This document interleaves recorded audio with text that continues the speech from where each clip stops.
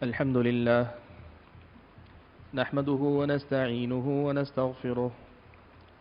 ونعوذ بالله من شرور أنفسنا ومن سيئات أعمالنا من يهد الله فلا مضل له ومن يضلل فلا هادي له وأشهد أن لا إله إلا الله وحده لا شريك له وأشهد أن محمدًا عبده ورسوله أرسله بالحق بشيرًا ونذيرًا أما بعد فأعوذ بالله من الشيطان الرجيم بسم الله الرحمن الرحيم يوم نقول لجهنم هل امتلأت وتقول هل من مزيد وأزلفت الجنة للمتقين غير بعيد هذا ما توعدون لكل أواب حفيظ من خشي الرحمن بالغيب وجاء بقلب منيب ادخلوها بسلام ذلك يوم الخلود لهم ما يشاءون فيها ولدينا مزيد وكم أهلكنا قبلهم من قرن هم أشد منهم بطشا فنقبوا في البلاد هل من محيص إن في ذلك لذكرى لمن كان له قلب أو ألقى السمع وهو شهيد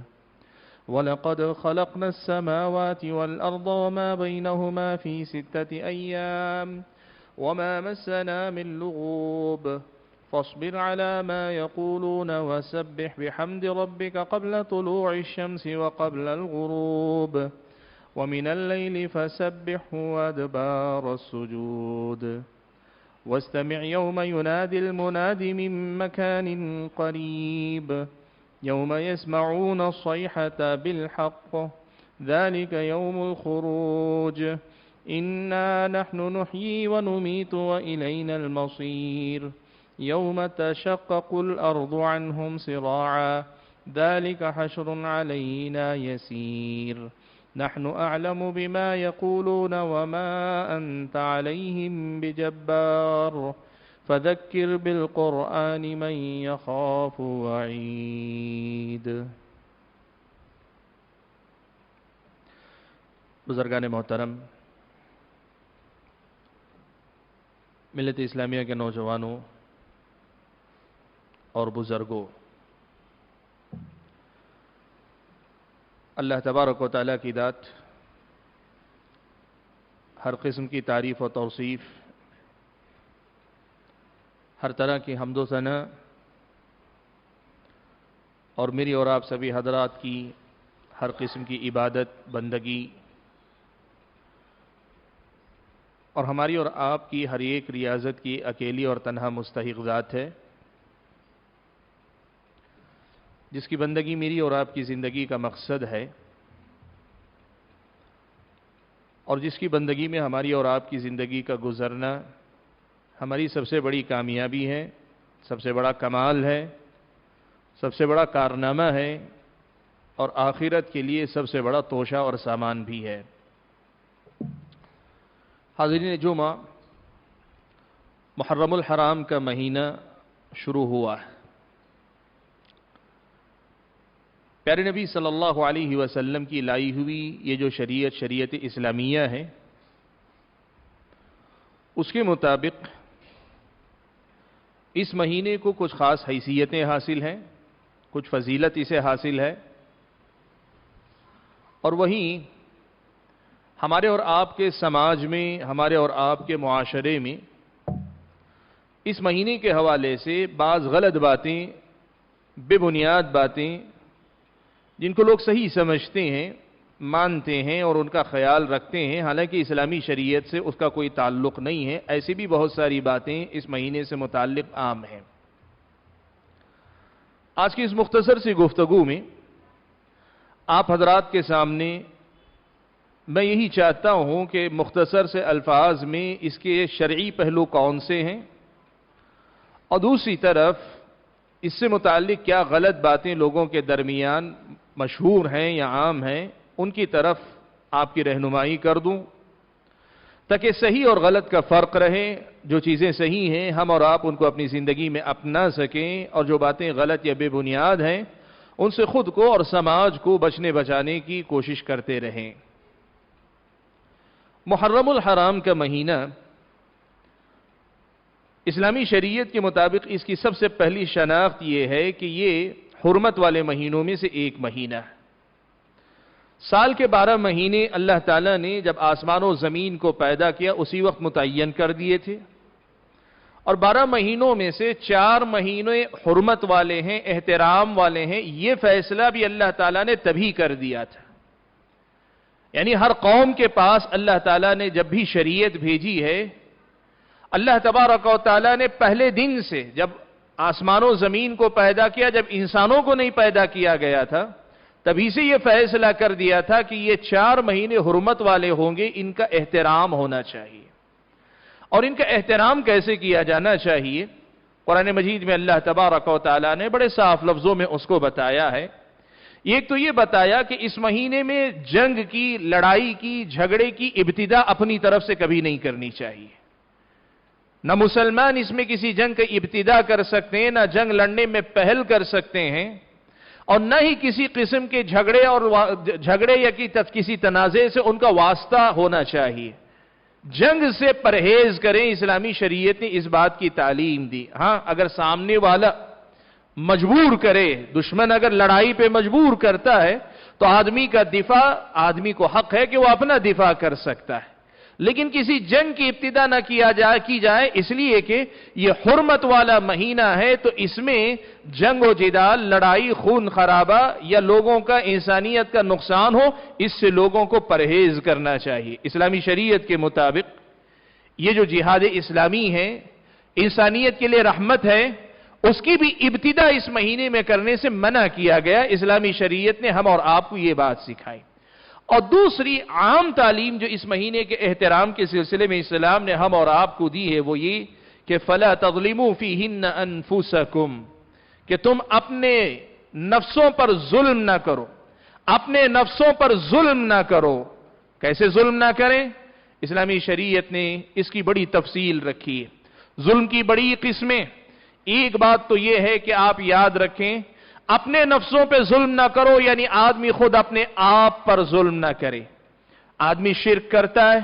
اللہ تعالیٰ کے ساتھ ظلم ہے، لیکن اسی وقت وہ اپنے آپ پر بھی ظلم ہے کہ تمہیں اپنے نفس کو اللہ کا بندہ بنانا چاہیے تھا، تم نے اپنے نفس کو غیر اللہ کے سامنے جا کر ان کا بندہ بنا لیا۔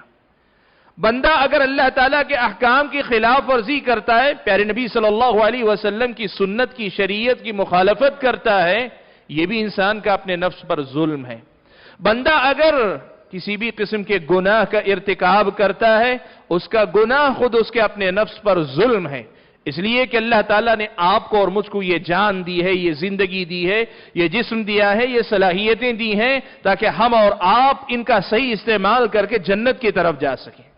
آج اگر ہم اور آپ اپنی ان صلاحیتوں کا، اپنے جسم کا، اپنی زندگی کا غلط جگہ پہ استعمال کر رہے ہیں، تو اس کے نتیجے میں ہم اور آپ کو اللہ چاہے گا تو جہنم میں جلائے گا۔ تو اس طرح ہم اپنے نفسوں پر ظلم کرنے والے بن جائیں گے۔ اسلام نے کہا کہ ہم اور آپ کو اپنے نفسوں پر ظلم کرنے سے باز آنا چاہیے۔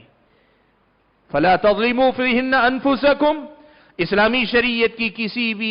کسی بھی حکم کی خلاف ورزی اگر ہوتی ہے تو ایک طرح سے انسان خود اپنے نفس پر ظلم کرتا ہے۔ مفسرین کی تفسیر کے مطابق ایک مفہوم یہ ہے کہ اسلامی شریعت کی مخالفتوں سے بچو، ہر حال میں ہم اور آپ کو بچنا،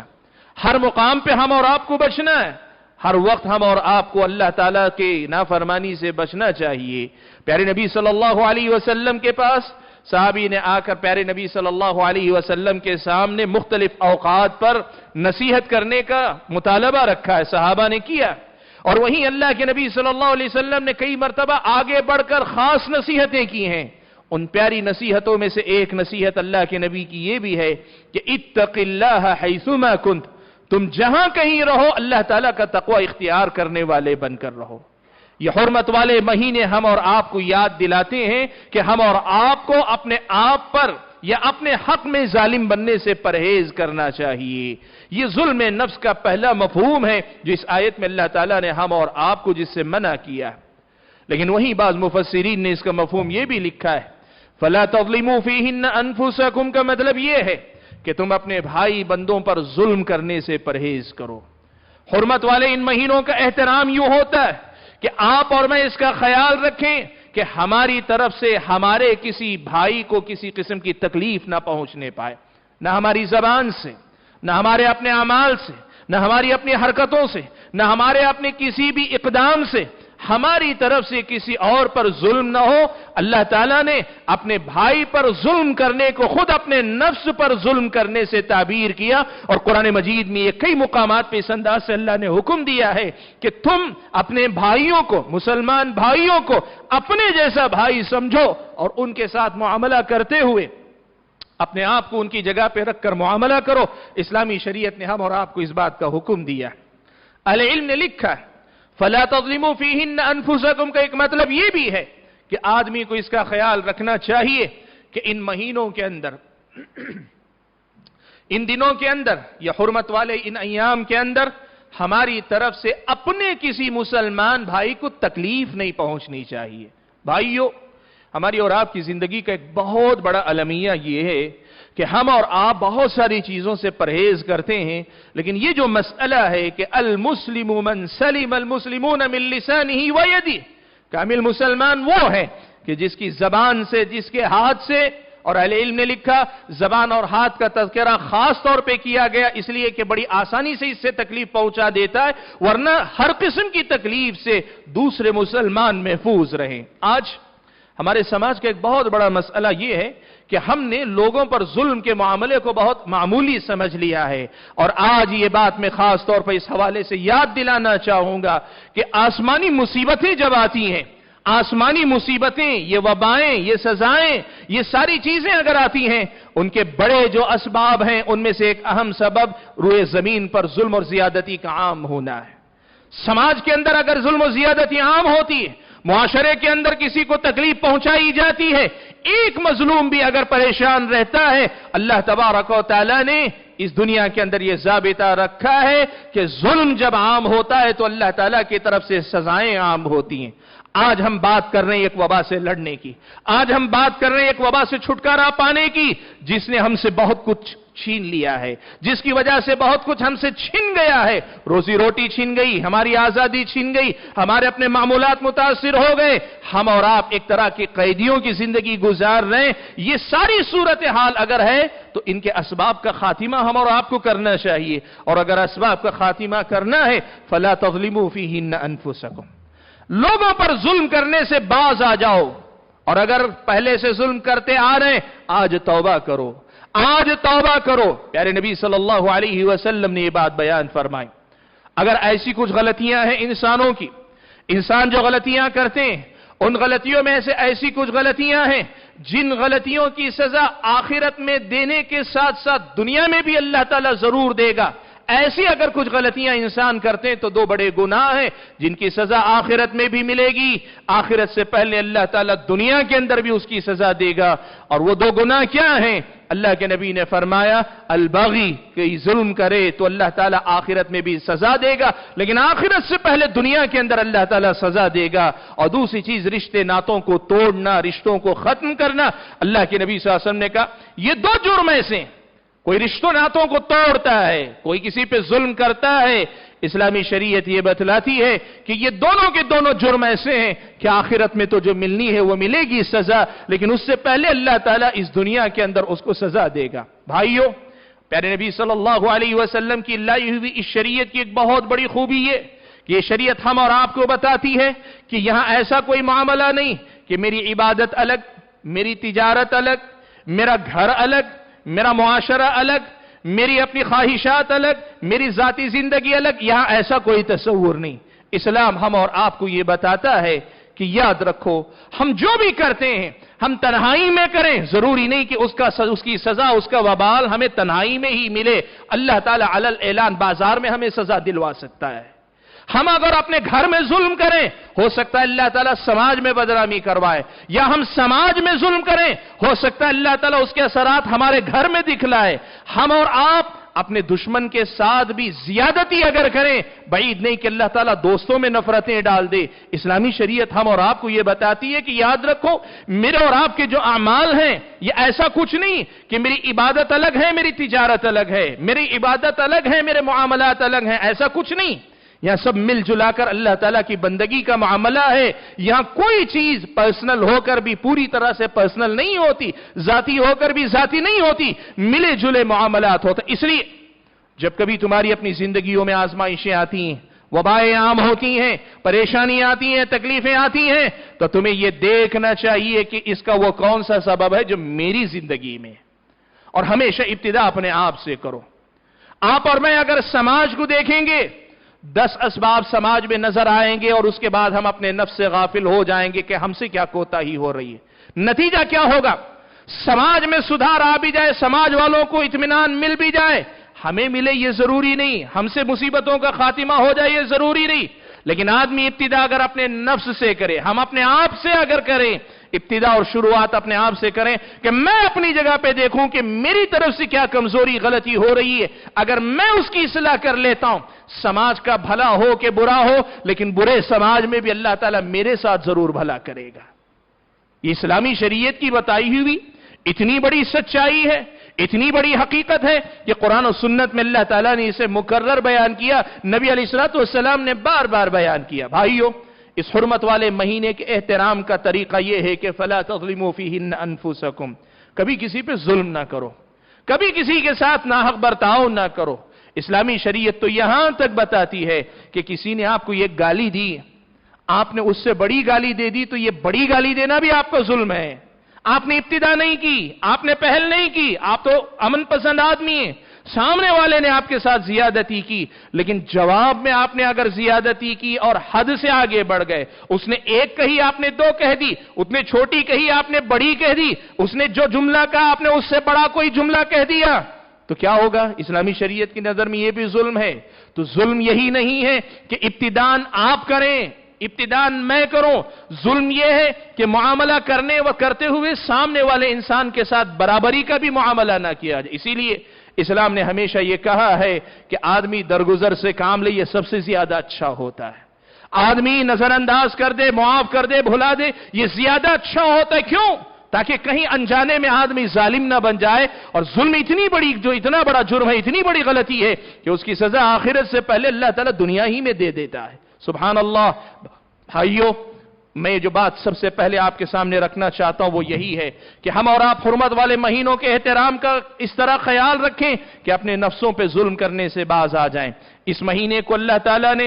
اللہ کے نبی نے شہر اللہ کہا، یہ اللہ کا مہینہ۔ ویسے تو ہر مہینہ اللہ تعالیٰ کا، ہر دن اللہ کا، ہر رات اللہ تعالیٰ کی، لیکن اس مہینے کا خصوصی احترام بتانے کے لیے، اس مہینے کی حیثیت کو بڑھا کر بتانے کے لیے نبی علیہ السلام نے اسے شہر اللہ کہا، یہ اللہ تعالیٰ کا مہینہ ہے۔ اس مہینے کی حرمت کا ہم اور آپ خیال رکھیں۔ حاضرین گرامی، حرمت والے مہینوں کے احکامات، جو تعلیمات آپ نے بارہا سنے ہیں، ان کا اہتمام اور ان کی پابندی کرنے کی کوشش کریں، اور اس مہینے سے متعلق جو غلط باتیں ہمارے سماج میں رواج پائی ہوئی ہیں، ان غلط باتوں سے بھی ہم اور آپ اپنے آپ کو بچانے کی کوشش کریں۔ ایک بات تو یہ ہے کہ لوگ سمجھتے ہیں یہ اسلامی تاریخ کا پہلا مہینہ ہے، یقیناً ہے۔ آپ جانتے ہیں کہ تاریخ ہجری متعین ہوئی حضرت عمر ابن خطاب رضی اللہ تعالیٰ عنہ کے زمانے میں، اور محرم کو پہلا مہینہ شمار کیا گیا، یہ بھی حضرت عمر رضی اللہ تعالیٰ عنہ کے زمانے میں، لیکن یہ ہماری تاریخ کا حصہ ہے، ہماری شریعت کا حصہ اس معنی میں نہیں ہے کہ نئے سال کی مناسبت ہم اور آپ منانے کا اہتمام کریں۔ وہ تاریخ کے اعتبار سے یقیناً اسلامی تاریخ کا پہلا مہینہ ہے، نیا سال ہے جو محرم کی پہلی تاریخ سے شروع ہوتا ہے، لیکن یہ ایسی کوئی مناسبت نہیں کہ جس کو ہم نئے سال کی خوشی کے طور پہ منائیں جیسے لوگ کرتے ہیں۔ عام طور پر ہوتا کیا ہے، لوگ اکثر و بیشتر ریاکشن پہ جیتے ہیں، رد عمل میں جو سوچتے ہیں، لوگ یہ دیکھتے ہیں کہ بھائی لوگ انگریزی مہینے کا نیو ایئر مناتے ہیں، ہم اسلامی مہینے کا نیو ایئر منائیں گے۔ یہ مشابہت والی بات ہے، یہ لوگوں کی نقالی کرنے والی بات ہے۔ اسلامی شریعت کی نظر میں یہ مہینہ نہ تو پہلا مہینہ تھا، نہ یہ ہجری پہلا سال شمار ہوتا تھا۔ اللہ کے نبی صلی اللہ علیہ وسلم دنیا سے رخصت ہو گئے، مسلمانوں کی اپنی تاریخ لکھنے کا یا اپنا سال شروع کرنے کا کوئی وقت متعین نہیں تھا۔ حضرت ابو بکر کا زمانہ بھی گزرا، حضرت عمر کا جب زمانہ آیا تو حضرت عمر کا جب زمانہ آیا تب جا کر مسلمانوں نے اپنی تاریخ کو محفوظ رکھنے کے لیے ہجری تاریخ کی ابتدا کی اور محرم کے مہینے کی پہلی تاریخ کو سال کی پہلی تاریخ شمار کیا۔ یہ ہماری تاریخ کا حصہ ہے لیکن ہماری شریعت کا حصہ نہیں، اور ہم اور آپ کو اس بات کا خیال رکھنا چاہیے کہ کسی کی دیکھا دیکھی ہم بھی سال منانے لگ جائیں تو ہوگا کیا؟ وہی شکل کہ وہ لوگ تہوار مناتے ہیں، ہمارے لوگوں نے بھی ان کی دیکھا دیکھی بہت سارے تہواروں کی شکل اختیار کر لی۔ وہ لوگ بہت سارے رسم و رواج انجام دیتے ہیں، ہمارے اپنے لوگوں نے بھی بہت سارے رسم و رواج اپنا لیے۔ یہ جو جلوس نکالے جاتے ہیں، یہ جو مختلف قسم کی مناسبتیں، یہ اسی مزاج کی وجہ سے آئی کہ وہ کرتے ہیں ہم بھی کریں گے۔ اسلام کہتا ہے کوئی کیا کرتا ہے اس سے آپ کا کوئی لینا دینا نہیں، آپ کا ہونا یہ چاہیے کہ اسلام نے ہمیں کیا کرنے کا حکم دیا، کیا نہیں کرنا کا، کس چیز کے کرنے سے منع کیا، اس کو دیکھ کر ہم اور آپ کرنے نہ کرنے کا فیصلہ کریں۔ بھائیو، نئے سال کے نام پر کسی قسم کا اہتمام کرنا یہ پیارے نبی صلی اللہ علیہ وسلم کی لائی ہوئی شریعت کا حصہ نہیں ہے۔ نہ نیو ایئر منانے کی بات ہے، نہ نئے سال کی مبارکباد دینے کی کوئی اصل شریعت اسلامیہ کے اندر ہے، اس لیے اس سے پرہیز کریں۔ ہاں، ہر رات جب شام ہوتی ہے تو آدمی کو یہ سوچنا چاہیے کہ میری زندگی کی ایک دن ختم ہو گیا۔ ہر صبح جب طلوع ہوتی ہے تو آدمی کو یہ سوچنا چاہیے شکر اللہ کا کہ اللہ تعالیٰ نے زندگی کا ایک اور دن نصیب کیا۔ یہ معاملہ سال بھر چلنا چاہیے اور اس مہینے کے اندر بھی وہی معمول انسان کا ہونا چاہیے جسے ہم محاسبہ نفس کہتے ہیں۔ حاضرین گرامی، یہ ایک اور مسئلہ ہے جو ہمارے سماج کے اندر رواج پایا ہوا۔ دوسرا ایک اور مسئلہ ہے، وہ ہے اس مہینے کو منحوس سمجھنا شادی بیاہ کے لیے۔ شادی بیاہ کے لیے منحوس سمجھتے ہیں، خاص طور پر ابتدائی 10 دنوں کو لوگ سمجھتے ہیں کہ شادی بیاہ کے لیے نحوست والے دن ہے، شادی بیاہ نہیں ہونی چاہیے۔ بہت سارے لوگ تو ایسے ہیں کہ گھر میں گوشت کھانا بند کر دیتے ہیں۔ ہمارے سماج کے بعض گھروں کے اندر ماضی قریب تک ہم سنتے تھے، ابھی بھی ہو سکتے ہیں کچھ گھرانے ایسے کہ ان 10 دنوں کے اندر وہ گوشت نہیں کھاتے ہیں، اپنے آپ پر اللہ کی حلال کردہ چیزوں کو حرام کر لیتے ہیں، نیا کپڑا نہیں پہنتے، اچھا کھانا نہیں کھاتے اور اسے سمجھتے ہیں شادی بیاہ نہیں کرتے، اور یہاں تک سمجھتے ہیں کہ شادی بیاہ اگر ان مہینے میں یا ان دنوں میں کی جائے وہ بے برکتی کا سبب بنتے نہیں۔ اس کی کوئی اصل نہیں۔ یہ اللہ تعالیٰ کا جب مہینہ ہے تو خیر و برکت والا مہینہ، عام مہینوں کی طرح یہ بھی مہینہ ہے۔ اللہ تعالیٰ پر ایمان رکھتے ہوئے شادی بیاہ کرو، اللہ کی دی ہوئی نعمتوں کو کھانے پینے کا اہتمام کرو، اور اس کے ساتھ ساتھ یہ جو نحوست کا بے برکتی کا تصور ہے اس سے پیچھا چھڑاؤ۔ اسلامی شریعت ہم اور آپ کو اس بات کی تعلیم دیتی ہے۔ حاضرین گرامی، ایک اور غلط بات ہمارے سماج میں رواج پائی ہوئی ہے جس کا یہ پچھلی جو بات ہے اس سے گہرا تعلق ہے، وہ یہ کہتے ہیں کہ یہ مہینہ غم کا مہینہ، یہ مہینہ غم کا مہینہ ہے۔ حضرت حسین ابن علی رضی اللہ تعالیٰ عنہ کی شہادت 10 محرم کو ہوئی تھی، تو اس حوالے سے یہ جو ایام ہیں یہ کربلا کے ایام ہیں، اس کے بعد وفات حضرت حسین کی شہادت کے دن ہیں، اس لیے ان دنوں کے اندر ماتم منانے کا اہتمام ہوتا ہے۔ حاضرین گرامی، یاد رکھو اسلامی شریعت کے مطابق حضرت حسین رضی اللہ تعالیٰ عنہ کی شہادت مظلومیت کی شہادت تھی، وہ مظلوم شہید ہوئے، اور جس کسی نے حضرت حسین کی شہادت میں حصہ لیا، یعنی اس معنی میں کہ ان کو قتل کرنے میں حصہ لیا، وہ اللہ تعالیٰ کے پاس جواب دے گا، ظالم کی حیثیت سے وہ دنیا کے اندر جائے گا۔ میں نے ابھی بات کی، یہ حرمت والا مہینہ تھا، اس میں ظلم سے باز آنا چاہیے تھا، لیکن ظالموں نے حضرت حسین ابن علی کو شہید کر دیا۔ لیکن اسلامی شریعت ہم اور آپ کو سکھاتی ہے، بڑے سے بڑا حادثہ ہو، بڑے سے بڑا واقعہ ہو، 3 دن سے زیادہ کسی کے غم کو محسوس کر کے ماتم، یعنی ماتم کا مطلب آج کے جیسا ماتم نہیں، اپنے آپ کو غم میں رکھ کر کاروبار سے رکے رہنا، اچھا پہننے، اچھا کھانے سے بچے رہنا، کسی کے بھی انتقال پر زیادہ سے زیادہ 3 دن کی چھوٹ ہے۔ اور یہ ماتم نہیں ہے جو ہمارے سماج میں ہے، جس کو جو ہے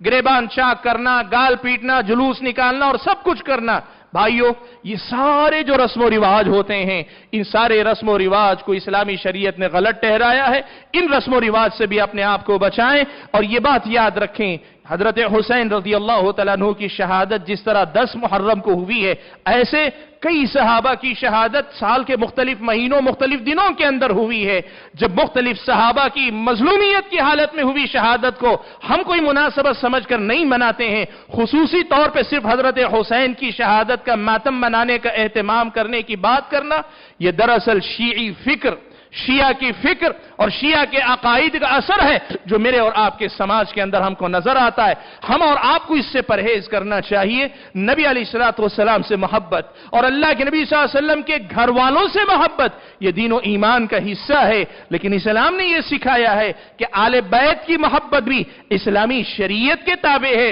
اور اسلامی شریعت یہ سکھاتی ہے کسی کی بھی وفات یا کسی کی بھی شہادت پر 3 دن، جب ان کا انتقال ہوا تب سے 3 دن، ہر سال 3 دن نہیں، جب انتقال ہوا تب سے 3 دن تک ان کے فکر یا ان کی غم میں ہم اپنے آپ کو یوں رکھیں کہ ہم معمولات زندگی سے کٹے ہوئے ہیں، اچھا کھا نہیں رہے، اچھا پی نہیں رہے، اور اپنے آپ کو بننے سورنے کا اہتمام نہیں کر رہے۔ اسلامی شریعت نے 3 دن تک چھوٹ دیے، 3 دن کے بعد کسی قسم کا اہتمام کرنے کی اسلامی شریعت کی نظر میں گنجائش نہیں نکلتی ہے۔ حاضرین گرامی، مجھے زیادہ کچھ نہیں کہنا ہے، یہی کچھ باتیں، کچھ غلط تصورات لوگوں کے اندر عام تھے، اس پر تنبیہ کرنی تھی، اور دوسری طرف حرمت والے مہینے کے احترام کے سلسلے میں ایک پیغام آپ کے سامنے دینا تھا۔ اللہ سے دعا کیجئے کہ اللہ تعالیٰ مجھے، آپ سبھی حضرات کو، تمام بزرگوں کو اس بات کی توفیق عطا فرمائے کہ ہم اور آپ جو کچھ کہتے سنتے ہیں سمجھ کر عمل کرنے والے بنیں۔ اللہ تبارک و تعالیٰ ہم سب کی حفاظت فرمائے، ہم سب کے گھر والوں کی حفاظت فرمائے۔ اللہ تبارک و تعالیٰ اس بیماری کا خاتمہ جلد سے جلد فرمائے، وبا کے اثرات سے اللہ تعالیٰ سب کو محفوظ رکھیں۔ جو بھی اس میں آزمائے گئے اللہ تعالیٰ ان کے گناہوں کا کفارہ اسے بنا دے، جو انتقال کر گئے اللہ تعالیٰ اس بیماری کو ان کا کفارہ بنا دے، اور ان کے گھر والوں کے لیے اللہ تعالیٰ نعم البدل نصیب فرمائے۔ اور جو لوگ اپنے کاروبار یا اپنی نوکری کے سلسلے میں متاثر ہوئے، اللہ تعالیٰ غیب سے ان کے لیے اسباب مہیا فرمائے، اور ان کے اپنے معاملات کو اللہ تعالیٰ سنبھال دے، سنوار دے۔ اللہ تعالیٰ جب تک دنیا میں رکھے ایمان اور اسلام پر قائم رکھے، اور جب اپنے پاس بلائے تو ایمان کی حالت میں بلائے۔ آمین۔ وآخر دعوانا الحمد للہ رب العالمین۔